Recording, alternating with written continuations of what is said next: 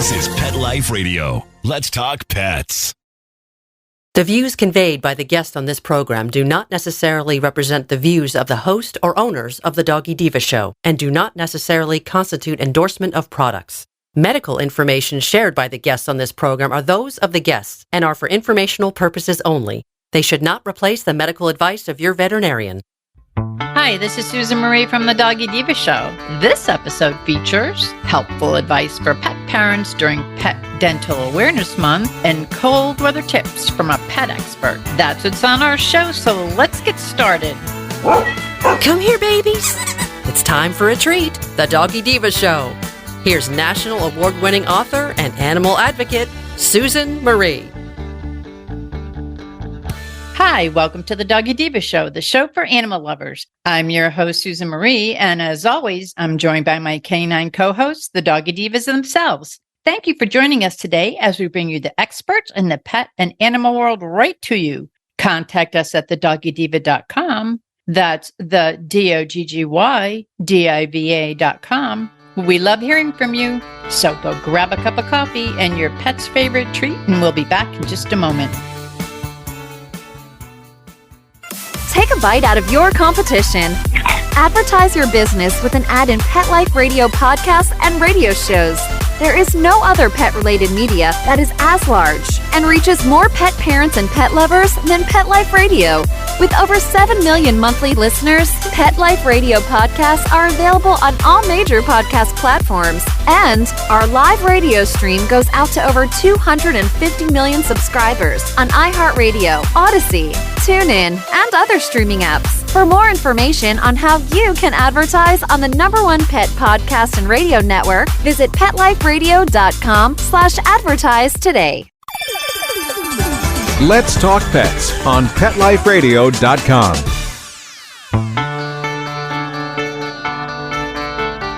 Welcome back, everyone, to the Doggy Diva Show.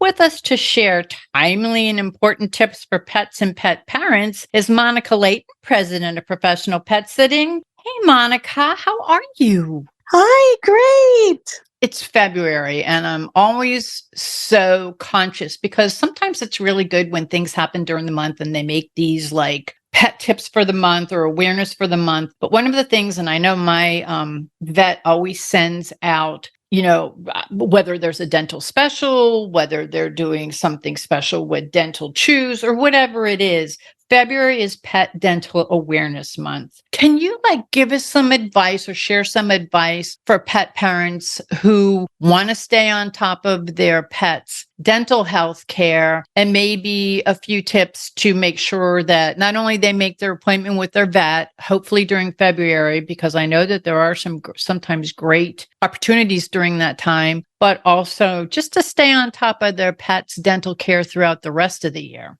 Pet Dental Month is hands down one of the most important awareness months, in my opinion. Dental health goes straight to a huge factor in the health and longevity of the pet. When pets get dental disease, that affects, their heart, their kidneys, their liver. Because what happens is you have all that plaque and bacteria that's adhering in the mouth. And every time that pet's chewing and swallowing and drinking, and it's all being filtered in through their body, and it's got to filter through the kidneys. It's got to filter through the heart. It causes, diabetes, renal failure, high blood pressure, just so many things. So being on top of the dental care can add years onto, the pet's lifespan, keeping them, healthy and just kind of putting off some of these major things that come with aging in our pets. I know, and a lot of people too, when you talk about going in and having pet scalings done, a lot of pet owners are concerned over, oh, they lost teeth last time they were in, and, are they going to be able to eat with no teeth? And, oh, I hate bringing them in because they were always losing teeth and things of that nature. And the more you're on top of it, the less teeth that they're losing. But when that tartar and bacteria sits there for long periods of time, they're losing the teeth because it's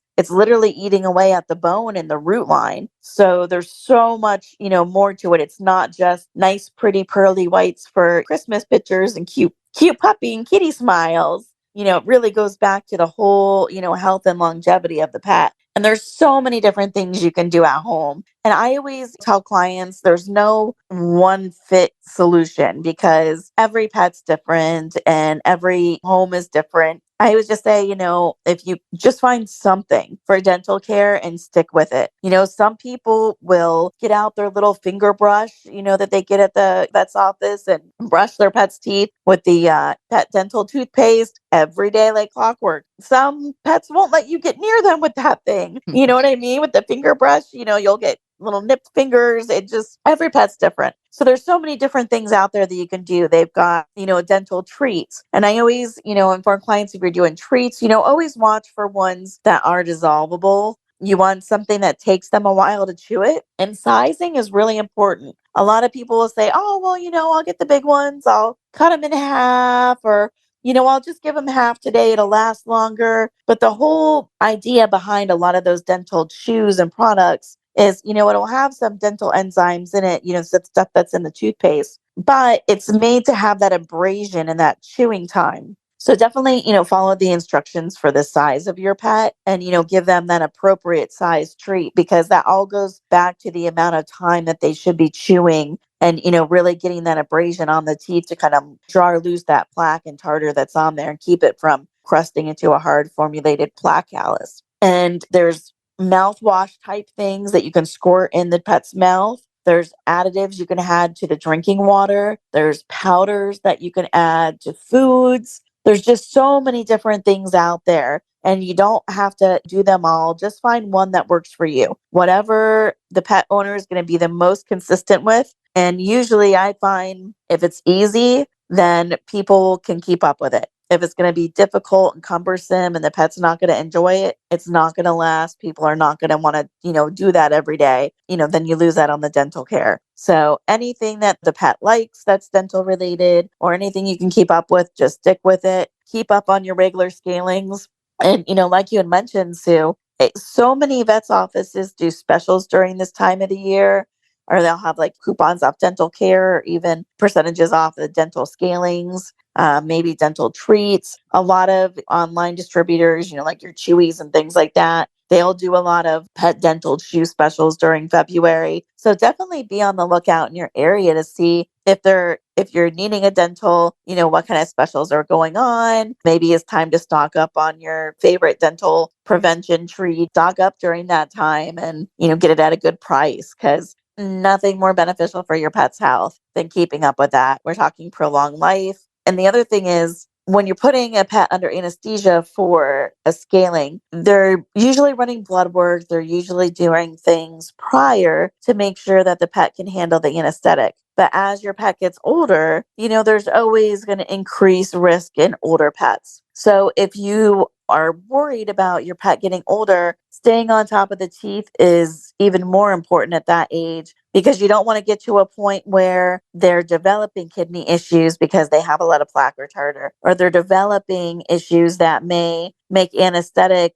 an even higher risk. So then you have a pet that the vet is not comfortable putting under anesthesia to do their teeth. And it happens so often where the teeth are not kept up with, and then they start having issues, and then the pet stops eating, because their teeth hurt. So they're losing teeth, or teeth are breaking, and you want to sedate them and clean it up, get rid of the infection to help. But you really can't, because it, at that point becomes too risky to sedate them. So always stay on top of it, especially in our senior pets. Your veterinarian should be able to tell you the safe ages for your pet to be getting dentals at, following with the blood work, making sure that it is, within their age limit to, have the dental done, and keep up with it as much as possible, because it will really, truly make a world of difference in your pet's health and longevity. Monica, that makes so much sense. And I think that sometimes people don't see the importance, not that they don't see the importance, but I mean, as your pets get older, I know that with Francesca, we regularly had dentals with her, and she got to be 17.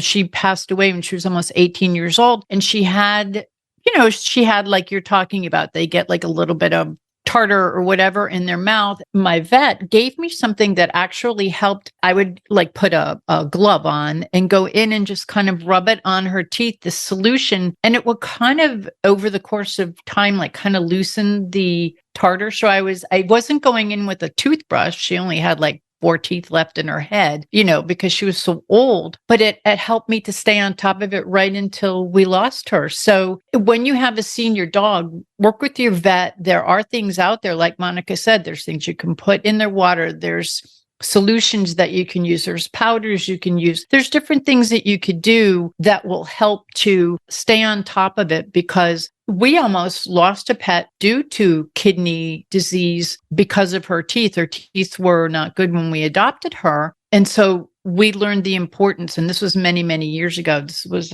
the greyhounds are notorious for bad teeth at the time, and we had to stay on top of that. It was so important. So yeah, especially when they're seniors and you can't take them where they can go under, there are ways that you could work with your vet to make it happen so that you could stay on top of it with them. But I just wanted to ask you a question for the listeners. What would be like early signs of dental disease that they should look out for?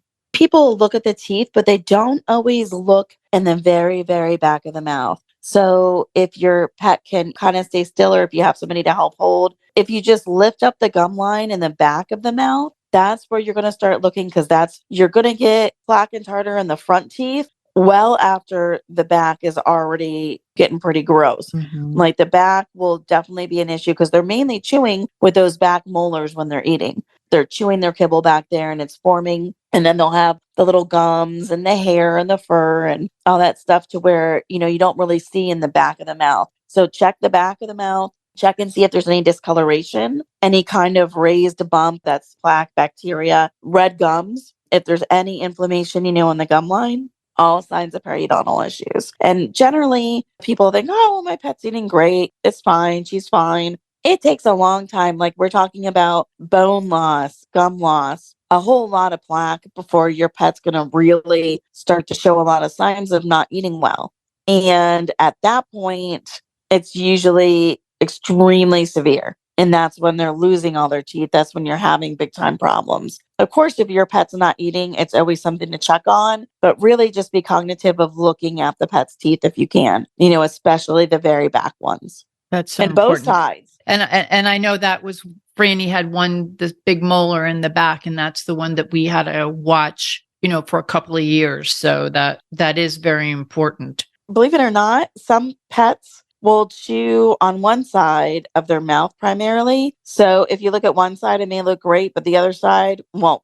So I always tell people, if it's looking good for a while, make sure you're checking both sides periodically, because you could have a pet that's the right side chewer or left side chewer and not even know. It's so funny. It's like humans. Well, Monica, as always, this is great information. And for those listeners out there, February being Pet Dental Awareness Month, though every month should be, I always put like a little sticker on my little calendar that I have hanging up on the wall, so that not only do I know when to give them their heartworm, all the medicines, I put everything up. My refrigerator looks like a sticker farm, but I have for the dental, I have for each month has a different value to it. So February is Pet Dental Awareness Month. And I just want to ask one quick question. We're talking about the dogs. Any quick tips for our kitties, our feline pet parents? Yeah. So with the cats, they do make chews and like little treats, not necessarily like big chew bones, but they do make dental treats for cats. But I've had really good success with mine with the powder that goes on their food. They can't taste it. It doesn't smell. It works really well and easy for the cats. That's great. Yes, because we can't forget our kitties, because they need this too. So, okay, everyone, with February being Pet Dental Awareness Month, don't forget, get in touch with your vet's office. See if you can get an appointment. Hopefully you may not even need a dental, but just in case you do, you're right in there for it. As always, Monica, you brought us great information, and I thank you so much, and we will talk to you soon. Thank you. We'll be back in just a moment. Hello, everyone. Susan Marie here to tell you about the award-winning 3-book series, The Doggy Diva Diaries. It is a trilogy of heartwarming and inspirational stories about Miss Olive, a lonely little rescue pup, hoping to find her forever family and friends and a life filled with love. In this series, Miss Olive learns that it doesn't matter what you look like on the outside, it's the kindness and love you have on the inside that counts. Available at Amazon, Barnes & Noble, and other online booksellers. And please visit us at thedoggydiva.com for more information. Thank you, everyone. Coming up, keeping your pups healthy, safe, and warm in the cold winter months. Stay with us. Molly, here's your dinner. Zeus, that's not your food. Don't let that happen to your precious cat. Elevate your cat's eating experience with the Cat Tree Tray. The Cat Tree Tray keeps your cat's food off the floor and conveniently located on the cat tree. It's the perfect way to eat. It's a beautiful wrought iron tray that easily attaches to your cat tree and keeps dogs and other critters out of your cat's dish. A must for multi-pet households. There's a 6-inch tray for large bowls and a 4-inch tray for smaller bowls. Purchase your Cat Tree Tray today. Go right now to cattreetray.com. That's cattreetray.com. CATTREETRAY.com. Let's talk pets Let's talk pets on Pet Life Radio. Pet Life Radio. PetLifeRadio.com.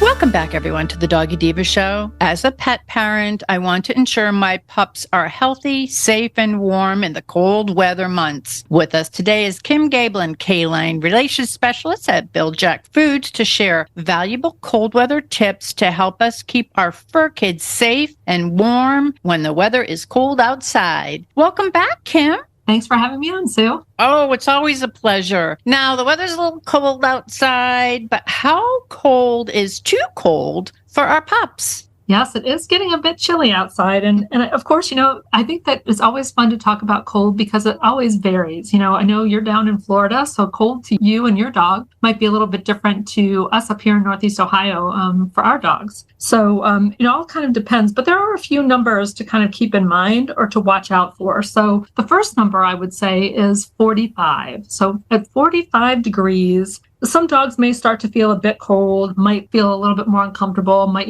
feel that cold pavement on their paws and not be as excited about going outside. Once you get to 32 degrees, then the cold starts to kind of be a bigger issue. And, this is especially true. So I know your girls are all small dogs, right? So smaller dogs with thin coats, older dogs, and dogs with medical conditions.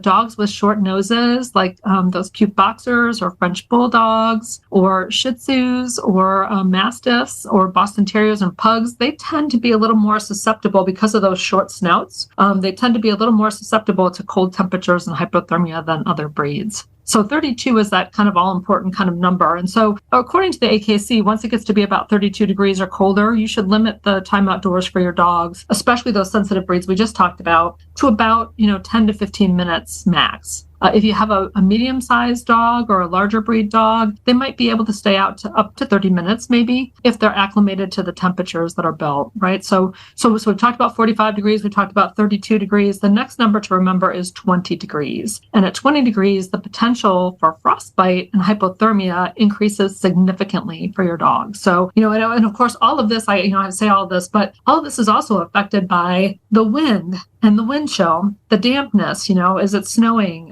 Is it wet outside? Are there sunshine or clouds outside? So some of those things also can be helpful or not so helpful to your dog outside, but those are kind of the three big numbers to pay attention to. And of course, I always say it's good to look at what is your dog doing? Pay attention to them. They'll tell you if they're feeling uncomfortable, right? They might be shivering. They might be whimpering or limping, maybe picking up a leg or two, urgently trying to get back to the house. So if they're giving you those signs, right? I know that my dog sometimes, he would be so excited to be out in the snow and then all of a sudden he'd be cold and he'd pick up 2 feet and fall over. So it's, again, a lot of times they'll be telling you that they're feeling a little uncomfortable. So it's good to watch out for those things, and obviously a jacket might be able to help a little bit for that comfort, but still, with their paws, it's, obviously a lot of times are more exposed. Not all the dogs love to wear booties. So those are things to kind of keep in mind when you're thinking about cold temperatures. And that's really good advice. And us being down south, I have to tell you, even though we may not get to 20, but we do hit that 45 and 32. And if it gets below 70, I mean, mine want their sweaters on. It's like they want to cuddle and huddle. And so I think that wherever you are, where there are the cold temperatures, and having lived in New York, I know about those 20 degrees and those wind chill factors, because I remember walking the dogs, trying to put booties on, but always having a good thermal coat to put on them so that they weren't cold. So that's great advice. Now, what are some activities that we can do with our dog inside when it's too cold to exercise or play with them outside? Yeah, I know we're all looking for, what can we do inside to keep them occupied, because we're not outside walking like we usually are, or maybe playing fetch. So there are a few neat ideas that you can think about. I always think it's fun to play hide and seek. That's a great indoor game for dogs to stay active. You could take like one of their favorite toys or a yummy treat, like one of our Bil Jac original recipe dog treats, and you can hide them. You can hide them in a hand. You might be able to hide them, in a particular, like in maybe a bunch of pillows or, behind the sofa. There might be some different places where maybe, your dog likes to go and look for things where you can play a little bit of hide and seek with some of those toys. You and I have also talked about puzzle games. I am a huge fan of puzzle games. And, those are some of those, you can find them a lot of times in the store. They're really an activity that's both mental for your dog, and it really challenges them, right? To think more about, how to find the treats that are inside this little puzzle. They might have to move a door or open a door, slide something, get under something. So those are always kind of fun, and those kind of take up some great time. Another idea is an indoor obstacle course, getting a few pool noodles. You can actually take a pool noodle and one of those little boogie boards, and you can cut the pool noodle in half, put that pool noodle, glue it to the bottom of that boogie board, and then you can have like a little teeter-totter, and you can have some things that your dogs can jump over.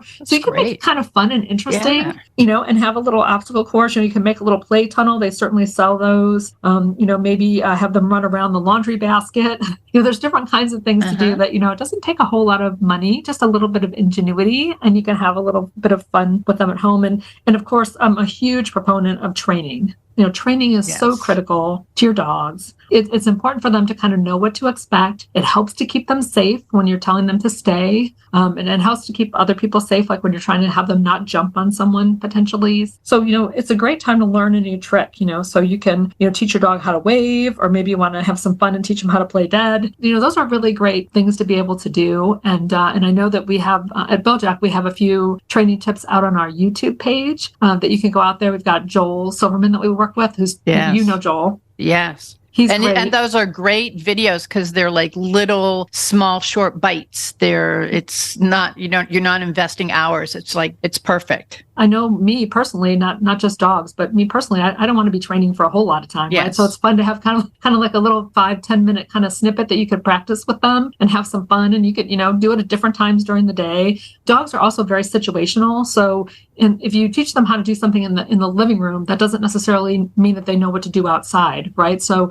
it's important to kind of practice it in different places. So you could always practice in different places in the house and be able to have them learn a few new tricks. So that's always really fun to kind of find some other activities. Last but not least, it's always great to rotate their toys. Do you do that with the girls? Yes. I have to with Sassy. The other two now just sleep on them because they're so old. But Sassy, I have to, because she gets bored easy. Yeah. And it's amazing how, once they go away for a month or two, like in the closet in a box, and then they come back out and they're like brand new. Yes. It's total magical illusion. It's like, oh, wow, Mom got me another toy. It's really the same. Yeah. It injects all that excitement back into all those toys. So that's always a lot of fun too. But again, real simple things to be able to do, but still have some fun and make it interesting while you're maybe, a little more inside than you'd like to be over the winter.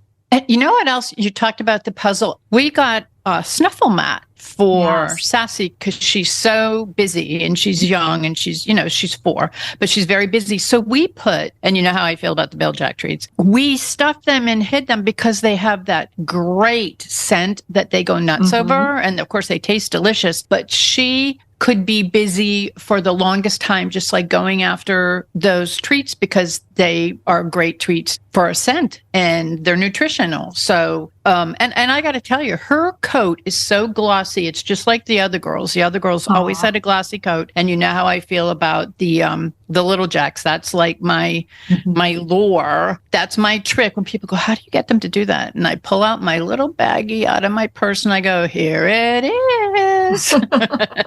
It's the Bil Jacs. What makes like Bil Jac such a great solution for pet parents? I mean, you guys have so much to offer in the line of foods and also treats. Well, so it's funny that you mentioned Sassy's coat, because one of the ways to really judge a food that I think is one of the strongest ways is to see how your dog's coat is doing. Yes. You know, is it shiny? Is it soft? I know it's all relative to the kind of dog you have, right? The kind of breed you have. But, you know, that really makes a difference, because the skin and coat is one of the last things to be nourished in the body. And so if you're seeing great skin and coat, you know that there's enough nourishment that's going all the way out to the ends of their hair, you know, all the way out to the ends of their fur. So that's a really, really important point. And, you know, at Bil Jac, you know, we're really very focused on being able to provide that nutrition, right? We really take pride in how good skin and coat looks on a Bil Jac dog. And, you know, the thing that makes a difference is really the amount of high quality protein that we use to make Bil Jac. And we use 25 pounds of fresh chicken to make a 30-pound bag of our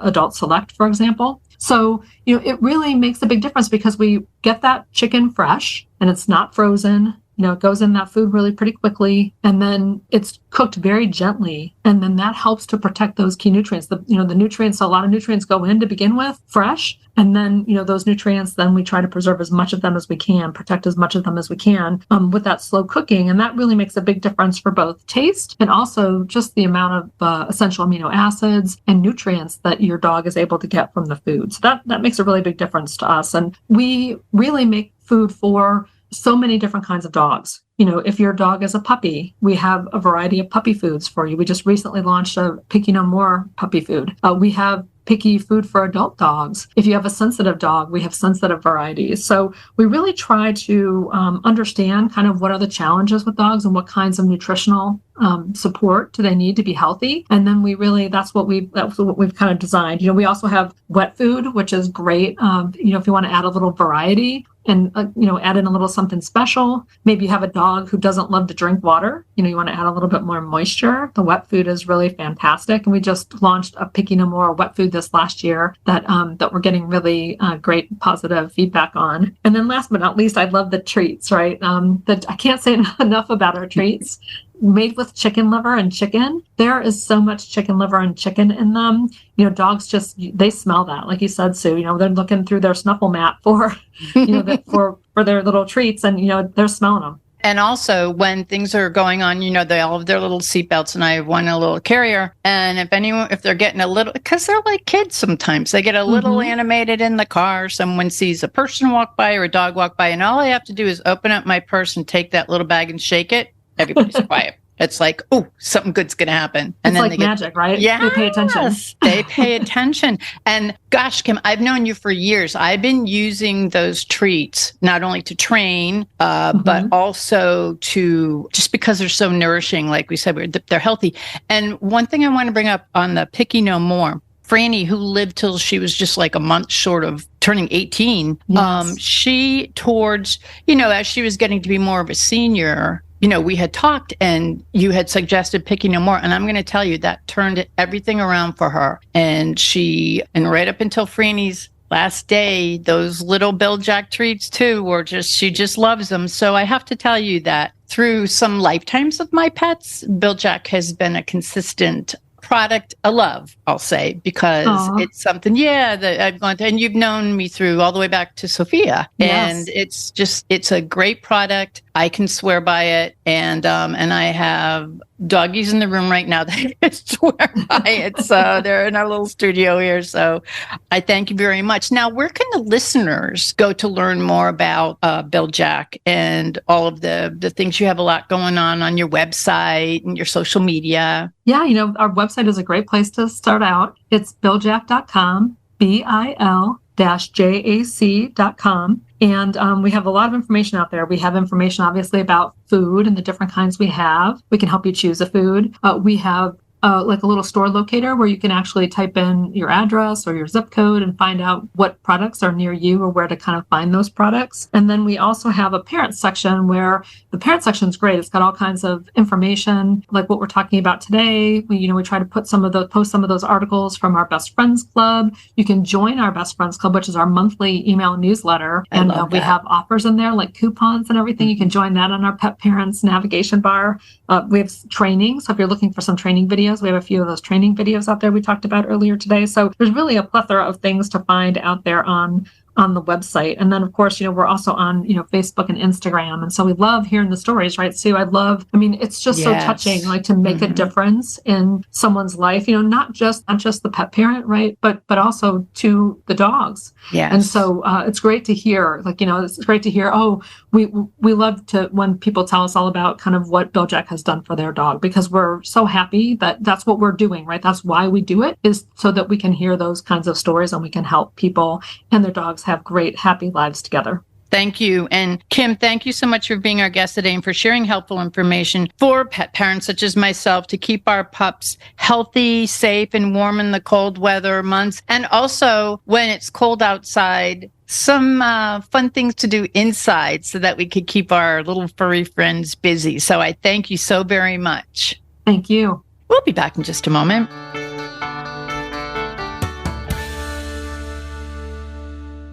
Begging to hear more of your favorite show? Full episodes of all our shows are available on demand. Go to PetLifeRadio.com to fetch our entire lineup of Possum Pet podcasts. Also, dig us up in iHeartRadio and iTunes. Let's talk pets. Live and on demand, only from Pet Life Radio. We would like to thank our guests this week. And also, as our Doggy Divas always say, please love your pets because they love you unconditionally. And please remember to adopt, foster, spay, neuter, and microchip. And as always, please have a great Diva week, everyone. Thank you for joining us for this episode of the Doggy Diva Show. To find out more about Susan Marie and the Doggy Divas, visit them at their website, thedoggydiva.com, and on Facebook at The Doggy Diva Show. Tell your fellow pet parents about it. We look forward to having you join us again for the next episode. See you soon. Let's Talk Pets, every week on demand, only on PetLifeRadio.com.